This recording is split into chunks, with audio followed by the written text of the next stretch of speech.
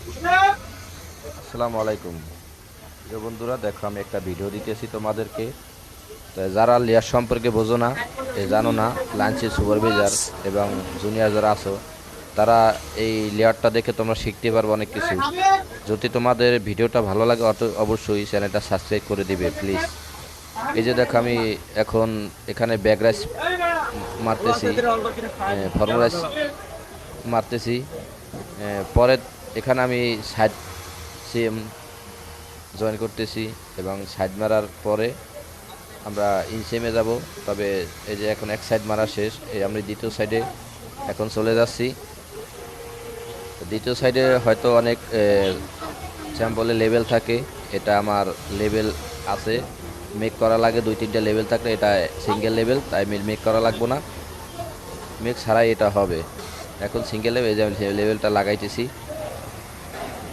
তবে তোমাদের যদি পেজটা ফলো করো, আমি টেকনিক্যাল প্রবলেমগুলা এখানে যারা লেয়ার না পারো, এই লেয়ারগুলা দেখে তোমরা অবশ্যই লেয়ার করতে পারবে।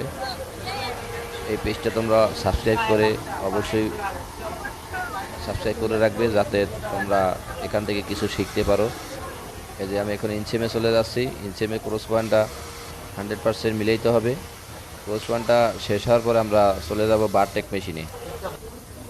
বারটেক মেশিনে চলে যাব এই জন্যই, দেখা গেছে বারটেকের আগে যদি আমরা অন্য প্রসেস করাই, তাহলে বারটেকটা করার পরে বডিটা আমার টপ সাইড করে দিবে এবং টপ সাইড করে হ্যামের মেশিনে দিব। আর হ্যামটা আমরা এখন এই যে করতেছি, হ্যামটা আমরা আলাদা করছি কিসের জন্য, দেখা যাচ্ছে অন্য অন্য ইসে আমরা হ্যামটা আউটপুটে পালাই। এখানে বেলটা যে আছে, বেলটা 4 cm, তাই বেলটা খুব একটা ক্রিটিক্যাল প্রসেস। তো এই 4 cm আমার এখানে 3 cm হয়েছে এলাস্টিক, 4 cm হয়েছে ওয়েস্ট বেল্ট হাইট। তো এখানে দেখা যাচ্ছে এলাস্টিক যদি 3 cm হয়, তবে 4 cm ওয়েস্ট হবে কীভাবে। এখানে 1 cm ওভার থাকবে, একটা রয়েস থাকবে 1 cm, ওটা কোনো ইলাস্টিকের সুইং থ্রেড পড়তে পারবো না, নিডেল পড়তে পারবো না। এটা থাকবে আমার 6 স্টিচ। তাই এখানে 25 স্টিচটা আমরা আগে এখন টপ সিন দিতে আসি, ফ্ল্যাট প্লাগ দিয়ে টপ স্টিচ দিতে আসি, মানে 4 cm 2 মিলি এটা হ্যাম করতেছি, কারণ এলাস্টিক আমার 3 cm। এখন আমার 1 cm রয়েস আর আমার 3 cm হয়েছে আমার ইলাস্টিক জয়েন্টের জন্য সুইং অ্যালাউন্স।